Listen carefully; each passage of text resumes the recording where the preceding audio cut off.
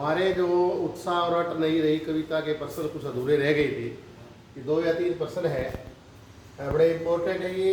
प्रश्न नंबर 3, उत्साह कविता का मूल भाव या संदेश या उद्देश्य स्पष्ट कीजिए। ये कहना चाह रहा है कि जो उत्साह कविता है इसका उद्देश्य क्या है, इसका मूल भाव क्या है, कवि क्या कहना चाह रहा है। ये कह रहे हैं उत्साह का जो मूल भाव है वो है जी क्रांति। उत्साह कविता लिखी गई है क्रांति के लिए। जिस प्रकार बादल अपनी गर्जना से अपने अंदर छिपी बिजली और वज्र से तपती हुई धरती को शीतलता व एक नया जीवन पाने के लिए जोश भर देता। देखिए दोबारा समझिए, जिस प्रकार बादल अपनी गर्जना से अपने अंदर छिपी बिजली और वज्र जैसी जो तपती हुई धरती को शीतलता यानी ठंडक और एक नया जीवन पाने के लिए जोश भर देता है, कहता है कि उसी प्रकार मनुष्य भी अपने अंदर छिपे गुणों में और शक्ति को पहचान कर गुलामी की बेड़ियों को भी तोड़ सकता है। क्योंकि ये जो कविता लिखी गई थी ये उस समय लिखी गई थी जिस समय हमारा देश अंग्रेजों का गुलाम था, और उसी को क्रांति लाने के लिए प्रेरित करने के लिए जो है कवि ने ये उत्साह नामक कविता लिखी थी। क्योंकि कभी कभी डायरेक्ट बातें नहीं करता, सीधी बात रहेगा, क्योंकि वो अलग से बातें करता है।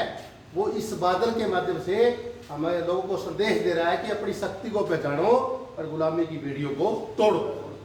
अगला है, ये कह रहा है कि प्रश्न नंबर 4, कवि बादल जो है बादल से फुहार रिमझिम बरसने के सतार पर गरजने के लिए क्यों कहते हैं। देखिए बादल को फुहार, बादल तो फुहार लगा सकता है, रिमझिम भी कर सकता है और बरसा कर सकता है, परंतु कभी कहना कि नहीं भाई ये छोड़ो, इसको भी छोड़ो, रिमझिम को भी छोड़ो, बरसना छोड़ो, केवल गर्जना है, आपने गर्जने के लिए क्यों कहा है, ये कह रहे हैं। उत्तर, कवि बादलों को क्रांति का प्रतीक मानता है, वो क्रांति का प्रतीक मान रहा है, चिन्ह मान रहा है, इसलिए वो कह रहा है कि भाई फुहार रिमझिम और बरसने की बजाय क्या कह रहा है, उसको गरजने के लिए कहता है। प्रश्न नंबर 5 देखेंगे, वेरी इंपॉर्टेंट क्वेश्चन, ध्यान दीजिएगा। प्रस्तुत कविता में कवि ने प्रकृति की सुंदरता की व्यापकता का वर्णन किन किन रूपों में किया है। ये प्रश्न ऐसे भी आ सकता है कि फागुन की शोभा का वर्णन करो, फागुन की शोभा का वर्णन करो, या प्रकृति की सुंदरता का वर्णन करो, एक ही बात। Very important question. कवि ने प्रकृति की सुंदरता या फागुन की सुंदरता का वर्णन जो है ना अनेक रूपों में किया है।